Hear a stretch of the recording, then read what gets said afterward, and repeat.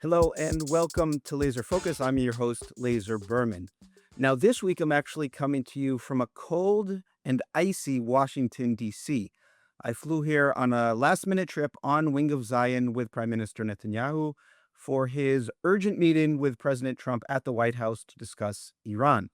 Now, before I head back to Andrews Air Force Base in about an hour and a half to head back to Israel, I wanted to talk to you about a very important topic. It's a topic that I'm sure you've read about, thought about in the past, but it's one that has come back into the news in a pretty worrying way in recent weeks. Now, the subject that I want to talk about is Saudi Arabia. And to start this, I want to take you back to September 22nd, 2023. We're talking 16 days before the October 7th Hamas invasion of southern Israel. Of course, no one knew this was going to happen except Hamas. But we were at the United Nations in New York. Prime Minister Netanyahu comes up to the podium. Many of the Arab countries and many other countries leave the room, but one Saudi diplomat stays.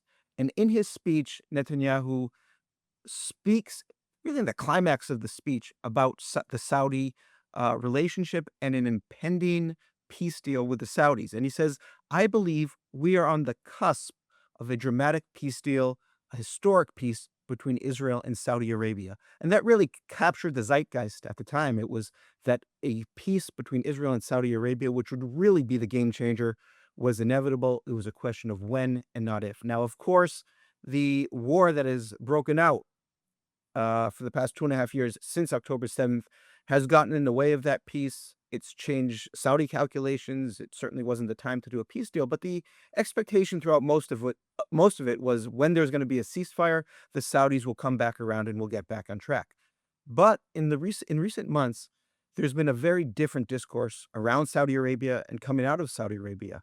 It's one that has caused some analysts to worry that the Saudis are realigning with an Islamist bloc in the Middle East, that they are turning against Israel, that there is a lot of anti-Semitic material in their media coming from their clerics on Fridays.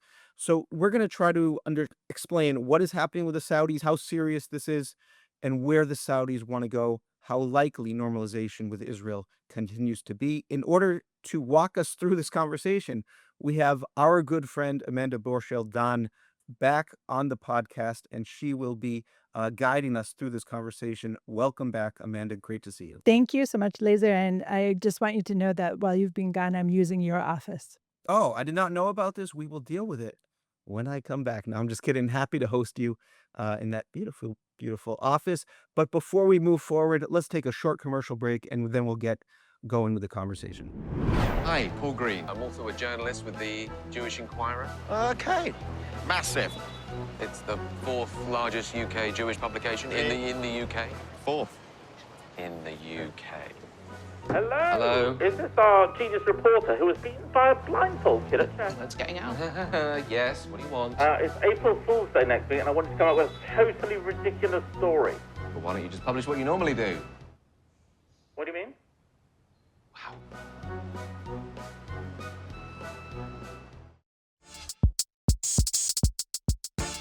And we're back. I'm here with Amanda Borschel-Dan, and she is going to be speaking to me about Saudi Arabia and whether it has taken a turn away from Israel, away from the West, and toward an Islamist bloc in the Middle East. Laser, thank you so much for allowing me to participate in the Laser Focus. And my role here is essentially to be the voice of the people, the voice of the curious.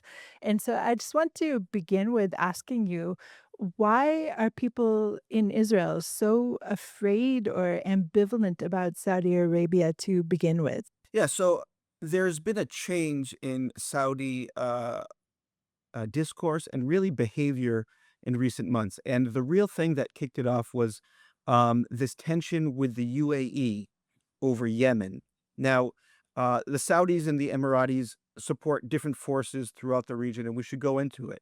But in Yemen, if you remember in 2015, MBS, Mohammed bin Salman, he's the crown prince, he's not the king, but he really had consolidated his power by then.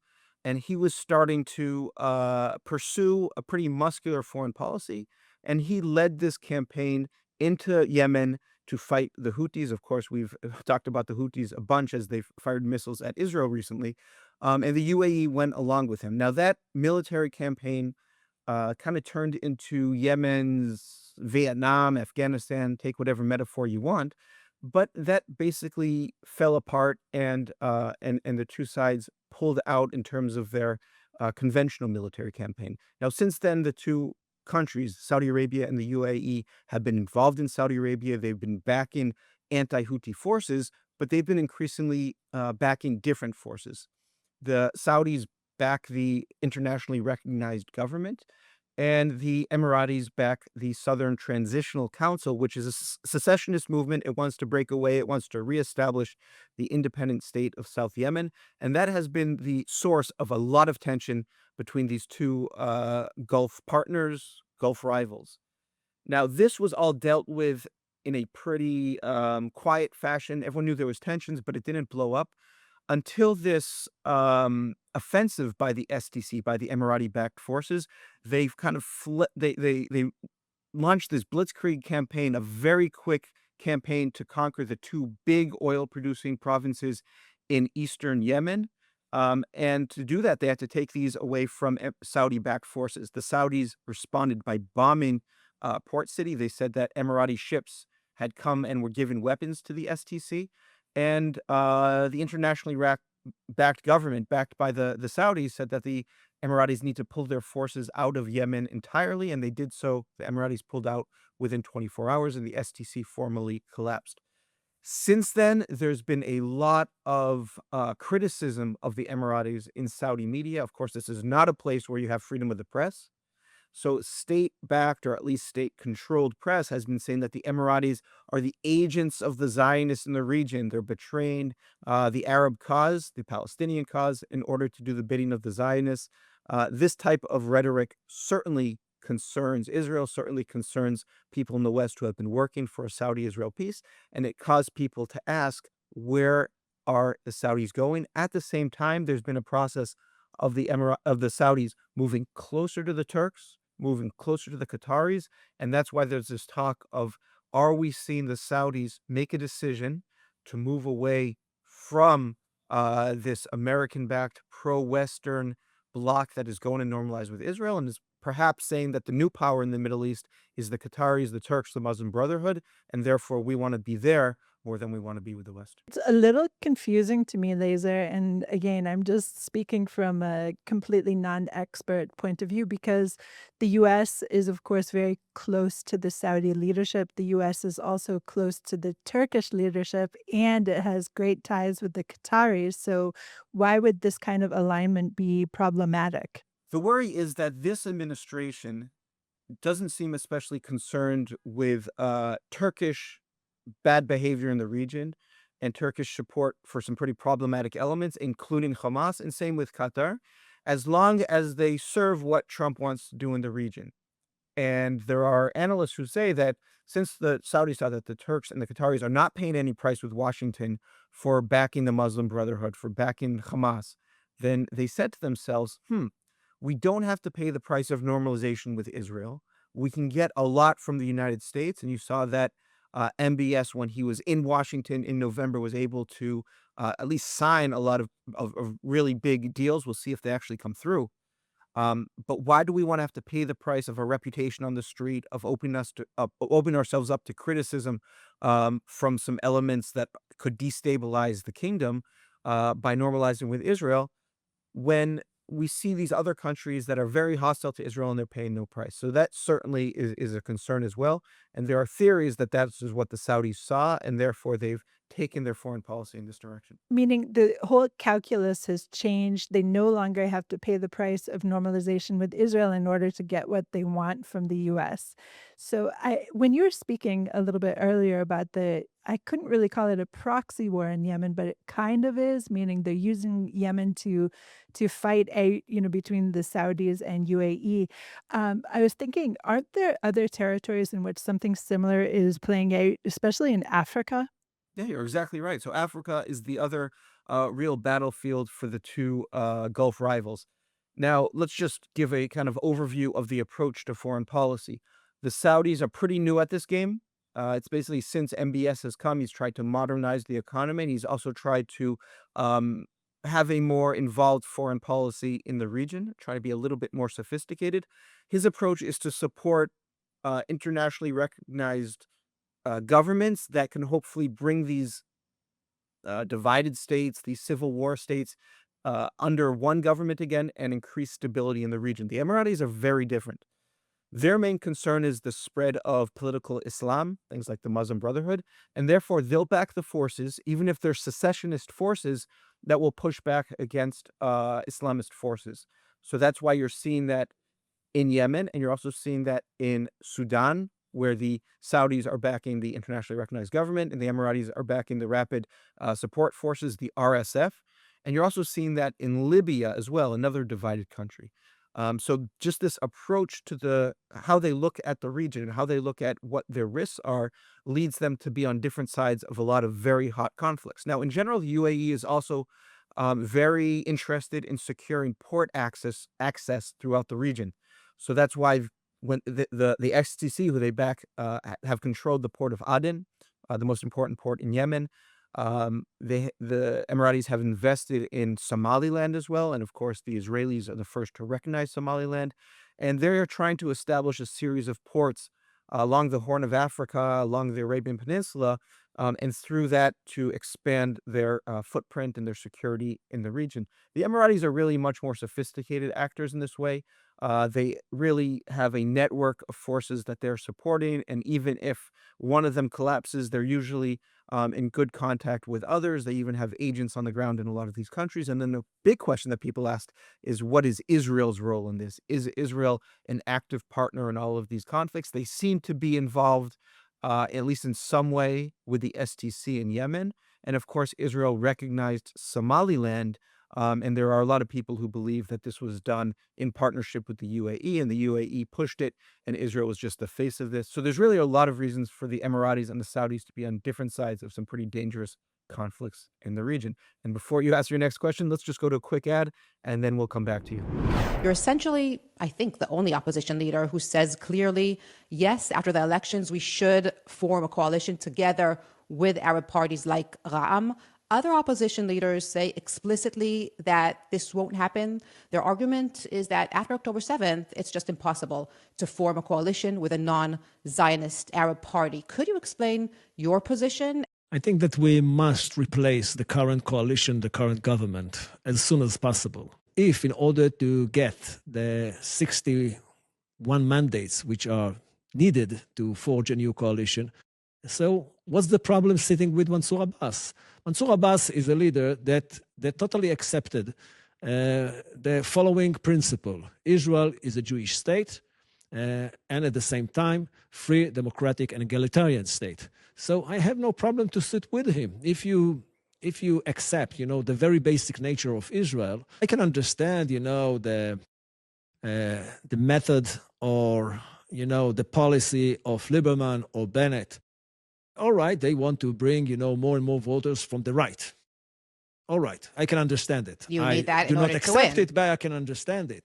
But I truly don't understand why Eisenkot and Lapid refuse to accept, my own very natural, very simple principle. All right, we must replace this government. And I just wonder, let's assume that we get, alone, without an Arab party, only 58 mandates. So what is next?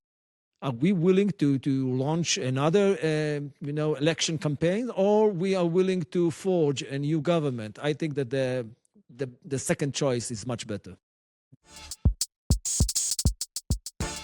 And we are back. We're talking about Saudi Arabia. Are they turning away from the West toward the Islamists?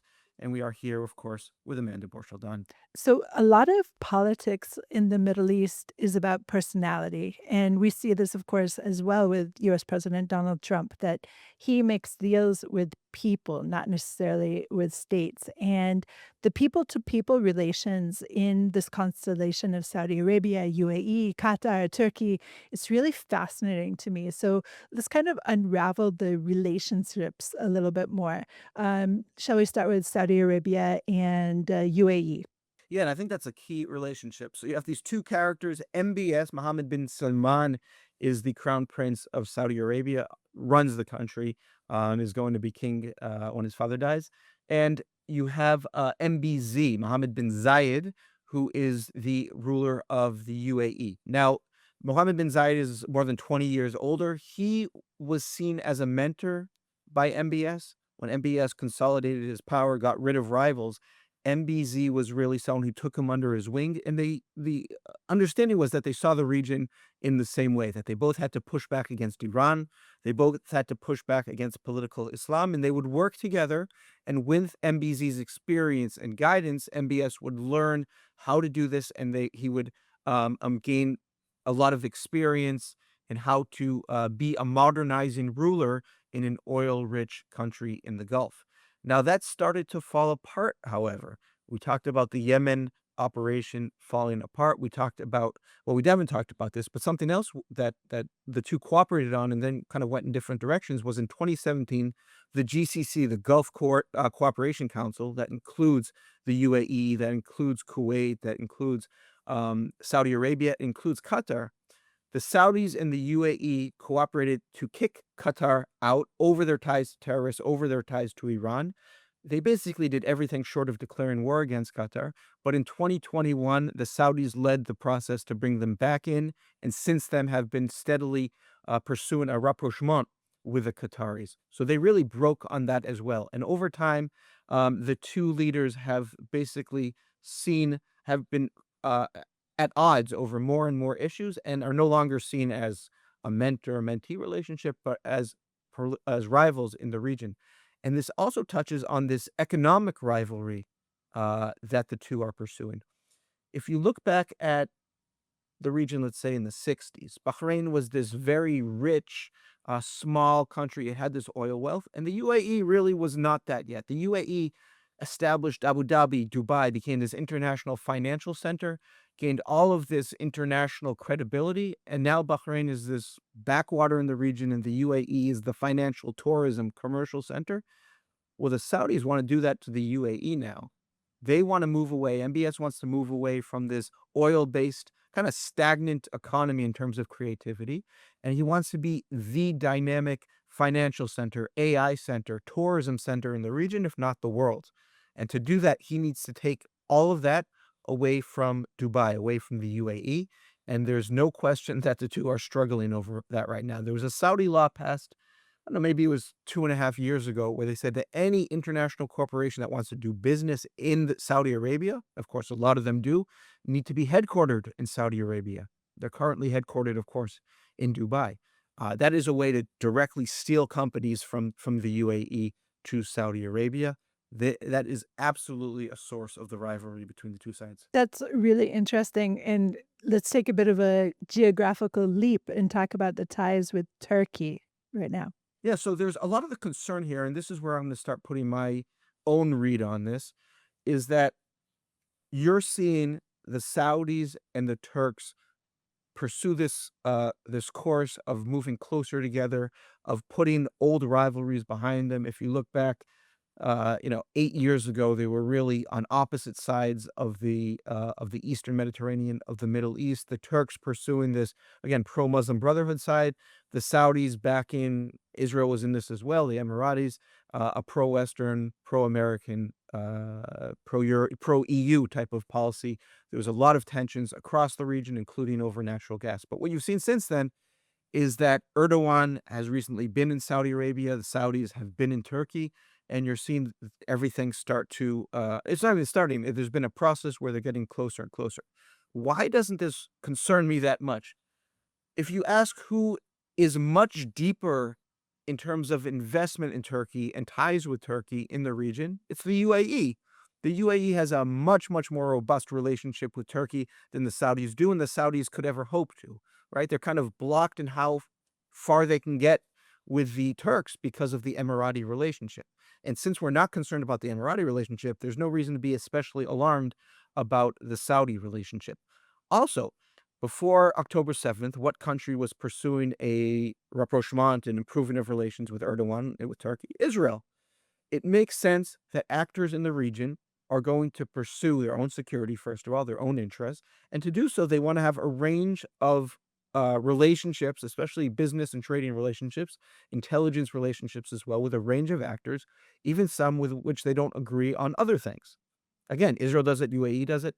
Saudi Arabia is going to do it as well. If you look at Saudi Arabia's general trend, they put a lot of stock in the U.S. defense umbrella that they believed that they had. There was attacks from the Houthis, and Saudi Arabia believes Iran on Saudi oil facilities in 2019. And then they said and the Trump administration did nothing, did not attack Iran after this. And the Saudis understood, MBS understood, that if we want security, we have to be responsible for it ourselves. And we don't have a military, we don't want to, we have a military, but they don't have the military power or will to confront Iran. They would rather do it through talking.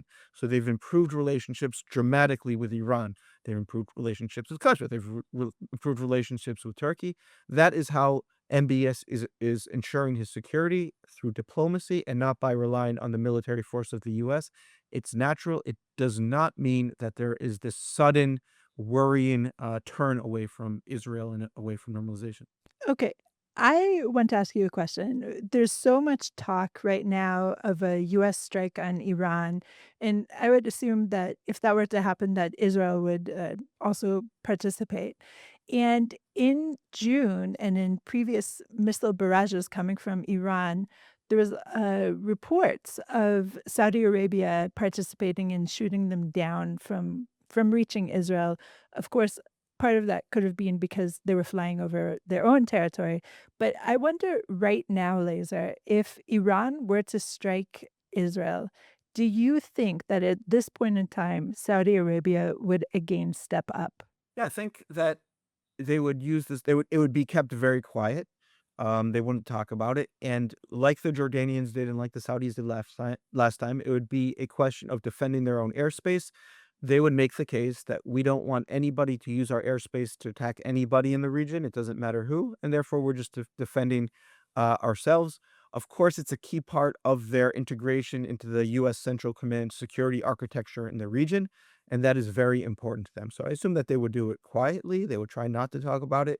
Could be that the Israelis will want to talk about it more than they will.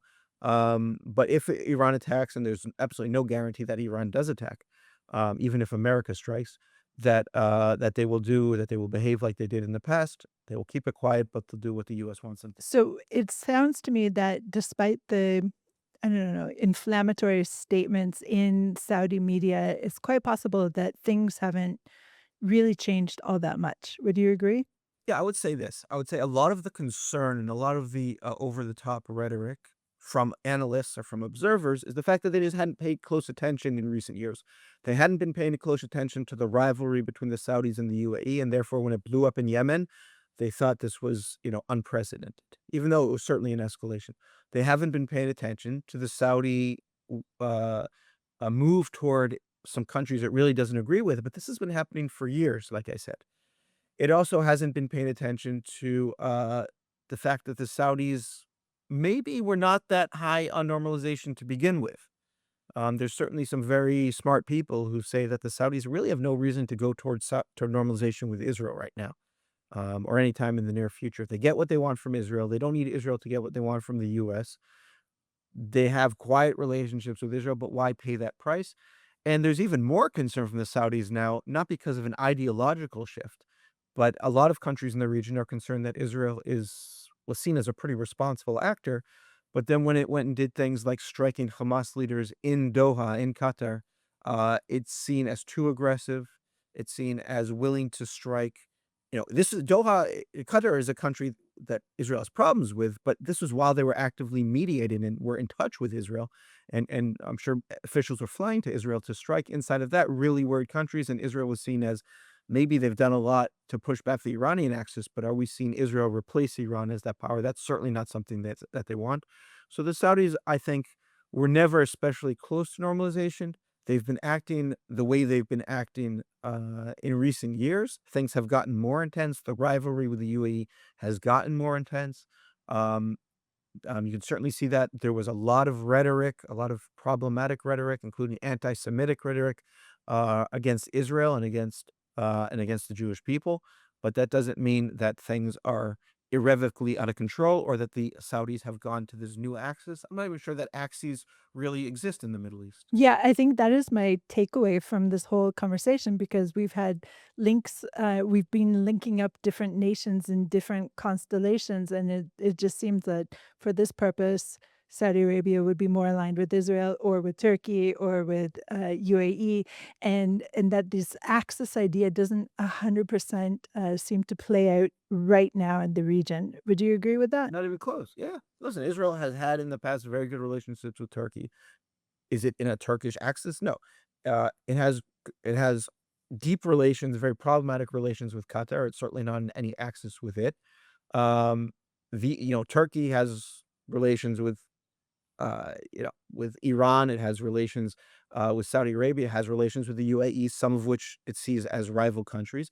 These are shifting things, and depending on which issues, you'll see some countries align and some countries take different, be on opposing sides. So I think the axis idea of the Middle East is kind of simplistic. It doesn't capture reality. The truth is that these countries are protecting their own needs, their own interests. There's an ideology behind it, but it changes per issue. And then you'll see them talk and align with different countries depending on the time period, depending on the challenge. Israel does it, and the Saudis are doing it as well. So, Laser, when we're breaking apart this paradigm of different axes, in fact, it appears to me that very recently the Saudi defense minister met with Jewish groups. We're not talking about Israeli groups per se, but met with Jewish groups in DC. And so that too kind of is counterintuitive if you're thinking about all the inflammatory rhetoric in Saudi media. Yeah, the Saudis seem to be very concerned about the pitch and how they were being presented in American media and Jewish media in Israel. And they had this idea to have their defense minister meet with a group of Jewish groups. We talked about it with William Daroff last week, to try to put aside any fears that there's this anti-Semitic turn, that there's anti-Israel turn. He said, according to people who are in the meeting, that normalization is still a potential, it's still on the table. Of course, they have demands from Israel. They want to see movement toward a Palestinian state, but nothing has fundamentally changed. And you had people like Senator Lindsey Graham, a great friend of Israel, who was very critical of the Saudis. He came out of a meeting as well with the defense minister, saying that, I'm at ease now. I understand what they're doing. I don't agree with everything that they're saying, but this seemed to be a very successful diplomatic push by the defense minister. Their foreign minister was also in DC at the time, meeting with security and regional analysts. So this really bothered them. They didn't like the way it was being portrayed, and they really worked quickly to get a handle on it. So it's not like they're boasting about any move, and they, it might just be PR, but they're saying that they see things differently, and they were really able to convince a lot of Jewish leaders and a lot of friends of Israel. Very interesting, Laser. Thank you so much. And I wish you a safe trip home. Thank you, Amanda. Always fun to talk to you. And hopefully I'll see you next week when I'm back in Israel in the office. But we will be back next week with another episode of Laser Focus. It might be back from DC because Netanyahu might be flying again, but it might be hopefully back in our beautiful Jerusalem studio. So thank you so much, Amanda, for all of your work here in guiding us through this and in producing. And thank you to Ari Schlacht for editing this episode of Laser Focus from DC. Thank you and shalom.